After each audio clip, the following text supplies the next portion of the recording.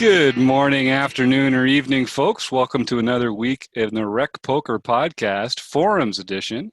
I'm Jim Reed, your host, Jim in the forums, Bluff Sterini in the home games, and I'd like to thank Learn Pro Poker, Website AMP, and Running Aces Hotel, Racetrack, and Casino for making this possible.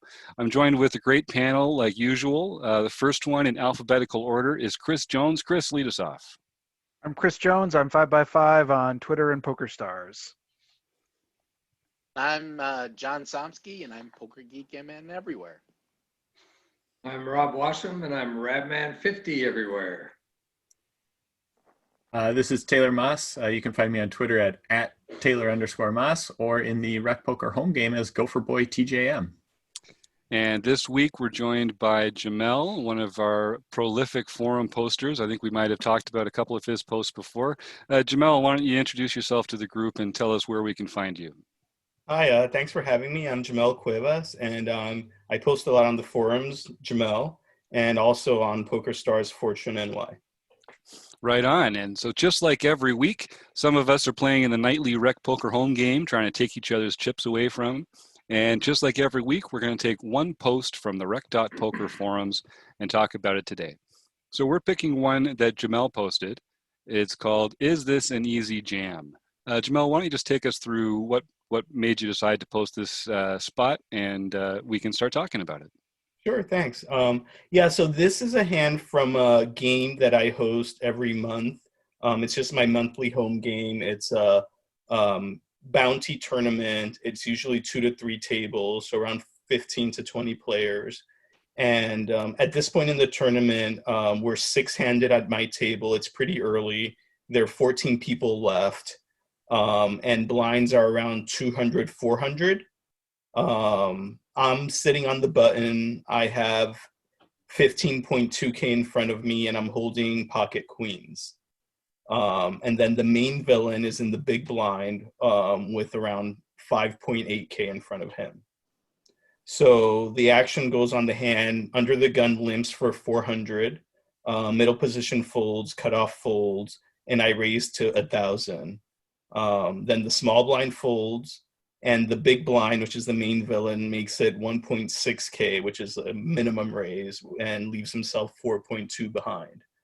So at the time in game, I thought this is an easy jam. I have a premium hand. He has around 10 big blinds remaining. Let's just get it in. But then afterwards, I was reviewing some of the interesting hands from the tournament, and I remember looking up some of the Learn Pro Poker sort of 4-bet call ranges for 40 big blinds. And I know we're a little lower than that, but it definitely has a mix of sort of shove spots and call spots. So, at the time I put him on an ace king or better type hand.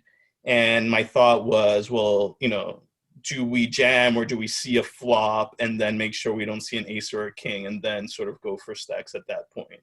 And what are the nuances on villain or stacks that would make you do anything but jam in this spot?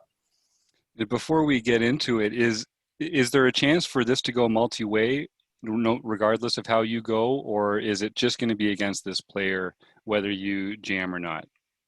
I couldn't tell if there was an under the gun player that was still in the hand or not.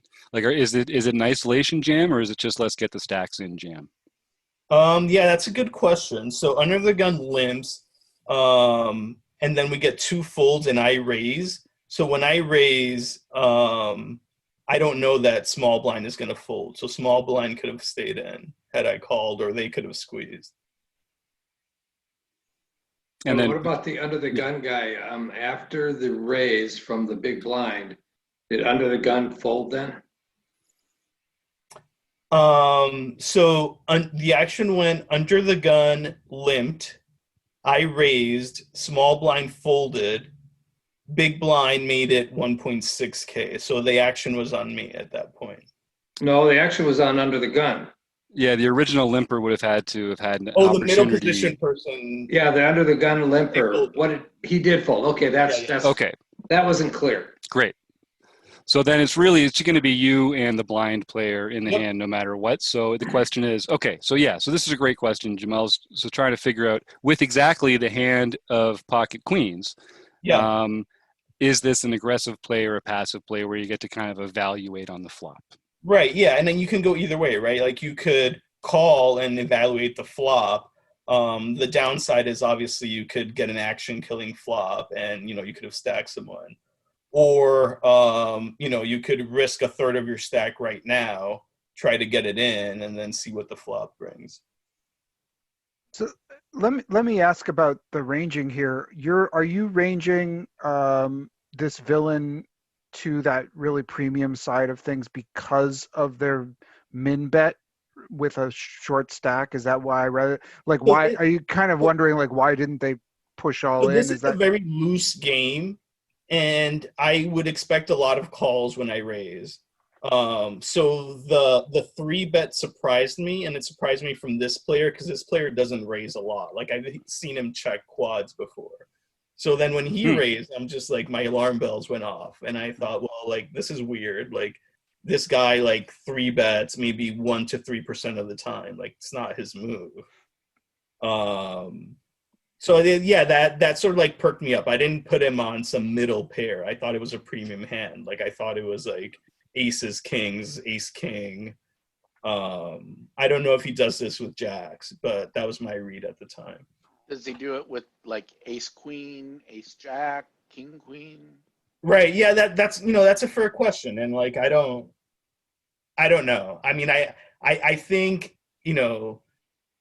king jack, king queen might be a little light, but maybe he does this with jacks. I don't. Mm-hmm. Yeah, I don't know. But I knew it wasn't a light. I didn't take it as a light 3-bet, given the person.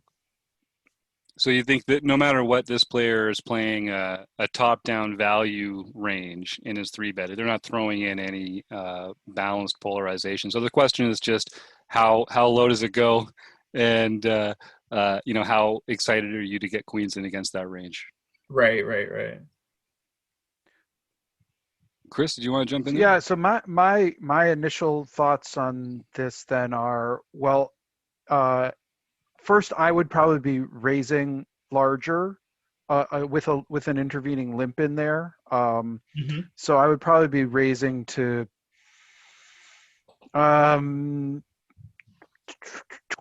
maybe 1,400 here, rather than 1K. And then the other thing that if I can read this bet that transparently to it's ace king or aces or kings, then I'm likely flatting. I'm not sure that we can read that, but if you know this opponent that well, and you're making an exploitive play there, but I'm probably flatting there, just to kind of see what kind of flop comes, and seeing how this villain reacts. Right. Because I'm behind a lot now. Mm-hmm. Yeah, we also had a very comfortable chip stack. Like we had 15K, probably average is around like 6,000 at that point. Only one person had been knocked out. So we're kind of like, if we lose this, then we're back in the grind of things. We don't have a comfortable lead.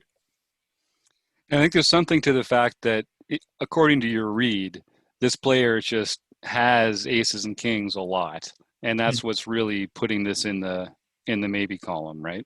Because it's one of those things where they just don't have a lot of worse hands that they're continuing with.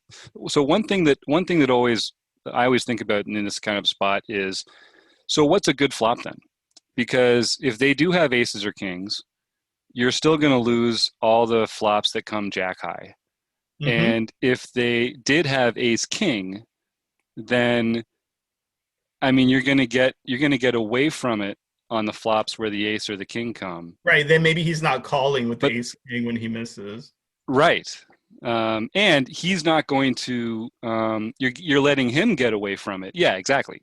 When he gets there and sees it, where if you think he would have continued pre-flop with ace king, that's really your only chance to get that money of his without being behind. Is to make him get in with that drawing hand, essentially, of ace king at that point against your pocket queens. Yep. So I'd be inclined to shove, because essentially, so if the flop comes Jack 7-2, I mean, you're not getting away from it for 10 big blinds, right? Right. Yeah, you're not. So then you're going to lose to those aces and kings anyway. All you're doing by calling is like giving the ace king hand a chance to see that flop and then make an exploitative fold when he doesn't hit a pair. I mean, that's not all you're doing. That's what I'm always afraid of. That's what I'm always afraid of when I'm in that spot. Go ahead, Taylor. Yeah, I was going to say, I agree with kind of what Jim's getting at there, and to kind of say it again, right? Like, Make it sound smart. Make it sound smart. All right, I'll just mute that and we'll go with that. No, if we go on, they have the exact tight range of aces, kings, and ace king. Like Jim was saying, like you're either putting yourself into a tough spot where they can potentially get away from it when you're going to win. But maybe you can get away from it when they were going to win. And that's only going to happen when an ace or a king flops out and they had exactly ace king. If they have aces and kings, they're probably going to get you regardless. And when it's like that situation, it almost makes sense just to let yourself realize your equity, right? Like you're giving yourself an opportunity for you to not realize your equity by just calling here. I think, and it's probably just a more generalization thing. I'll let you have like your game and what your opponents are going to be doing. But I think the majority of people in this spot have a way wider range than aces, kings, and ace king. And if that's true, it's like 100% a fist bump. Just get the chips in the middle here and realize our equity. And we're not always going to win this hand when we do that. I think I replied to your post and said, okay, this situation, the way it plays out, you're probably going to win about 70% of the time. Maybe you lose 30% of the time because maybe they're doing this with ace jack, which is a great hand for you to be up against, but they still have the potential of hitting an ace. So like it's not a guaranteed win. And I think a lot of people just get worried about, hey, I want to have my guaranteed win. And it doesn't always work like that. So you got to think about the ranges each people have. And I think your exact hand versus the range of hands that they can have here just makes this an easy, get the chips in the middle. And then I'm going to say one more thing, because you started off this conversation talking about having like flatting ranges versus 3-bets. And I feel really weird about having a flatting range versus this 3-bet, or at least this type of situation when the effective stack is so small. Mm-hmm. I think when we're deeper stacked, it makes a lot of sense to be flatting hands like queens in this spot. It really does. But when we're playing, they've made it 4 big blinds and they've got just over 10 behind. We're playing 15 big blinds effective. Like that's not really the time to try and get like fancy and find a spot to make a hero fold. If we're playing 50 big blinds deep, okay, yeah, now let's mix in some calls there so we have a well-balanced range and we can play flops really well. But how this hand almost always ends up is chips are in the middle and someone's all in and you're hoping that you can win. Might as well just do that now, is kind of how I view it. The other thing that pushes you, oh, sorry, John, you were going to say something. Yeah, I was just going to mention, they're sitting on 15 big blinds pre-flop. And now they're down to about 10 big blinds when everything's going in behind right now. So you're really playing a 15 big blind effective stack. And against most players' ranges, queens is just an easy all in there. Now, I don't know this player in particularly. If it really is aces, kings, and ace king, then that's probably you probably just fold. But I have a hard time believing that most players are going to be like that. Yeah. If they have a bunch of 8s or 9s or 10s, you really want to get it in here because the ace doesn't matter for you. It doesn't hurt you there. And an ace is going to scare them as much as it scares you, and you're not going to realize your full equity. So I think because the stack sizes are short against most players, unless you have a really rare, really tight player, it would be an all-in. Right. And I think the other thing that pushes us toward it, which what I was going to say is you mentioned this is a bounty tournament, right? As well. Yeah. So I think that's whenever we're in these like flip situations, that's something we've got to consider, and it's going to incentivize us to get chips in the middle when we're kind of in a spot where we're like a little uncertain. But yeah, I agree. Like unless we have a real like a rock solid read on somebody, I think this is a kind of a fist bump jam kind of moment. And we're just coming out of the interview, a little behind the curtain look for our viewers or listeners. We're just coming out of the interview with Dara Carney for our Chats podcast, and he's written this book about progressive knockout strategy. And one of the things that he said was that even in the early stages, or maybe even especially in the early stages, you really should be taking these opportunities, taking these spots to take someone's bounty and knock them out. And in other circumstances, to paraphrase a bit, in other circumstances where in a typical tournament you might think, you know what, I'm not going to get involved in this hand. It's one of those maybe I should, maybe I shouldn't hands, so I'm not going to. He says in the boundary structure, maybe you should be looking at that from the other side and thinking of it that the tiebreaker is towards getting involved as opposed to not getting involved because of the extra value from the bounty. Now, the one thing that I think we should never eliminate from our thought process, though, is sometimes they just always have it. And, you're talking about a player that you've told us is extremely tight. They've got a really narrow 3-betting range. And the sizing of this 3-bet in particular is very odd. It's almost, I think they just basically click it back, don't they? Which is weird out of position. So either maybe it's a misclick. If it's not a misclick, then it's one of two things. Either it's a very inexperienced player who doesn't understand raising math, or it's someone who's doing it with a hand like aces and kings, which you can do with a short chip stack because you don't have to worry about pot geometry when you only have 15 big blinds behind. So if your little alarm bells were going off saying, here's a tight player making a really small bet that they never make, it's got to be aces, then I think, but then it's a fold.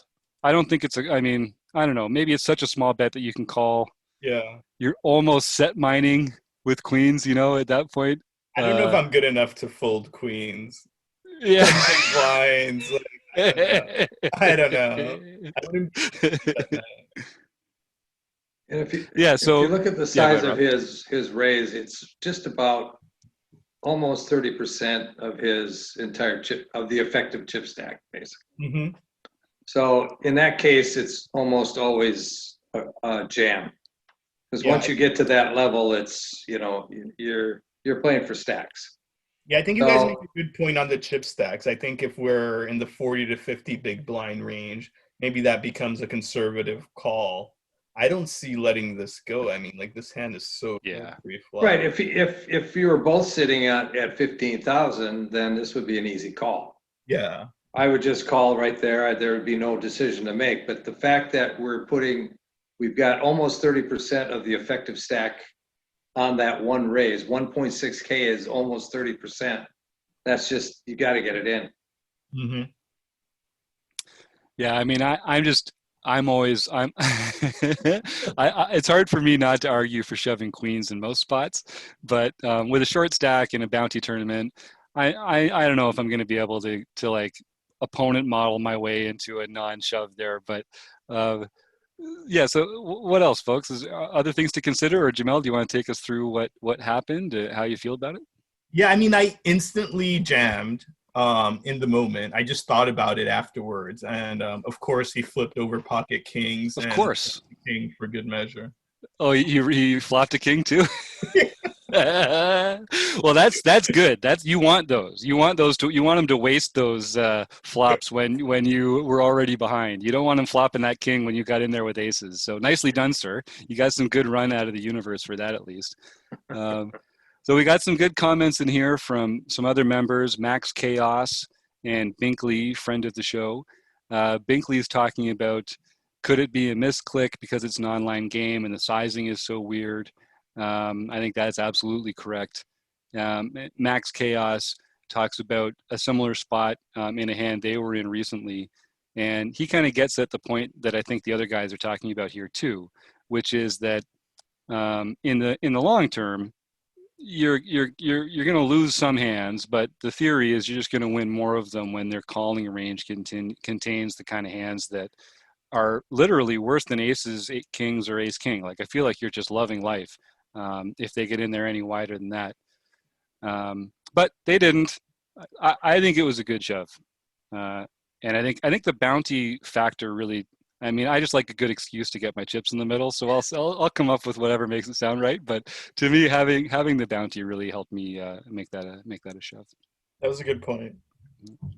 All right. Well, without any further ado, we will meet up again next week. We're going to have Jamel join us again next week and talk about another hand.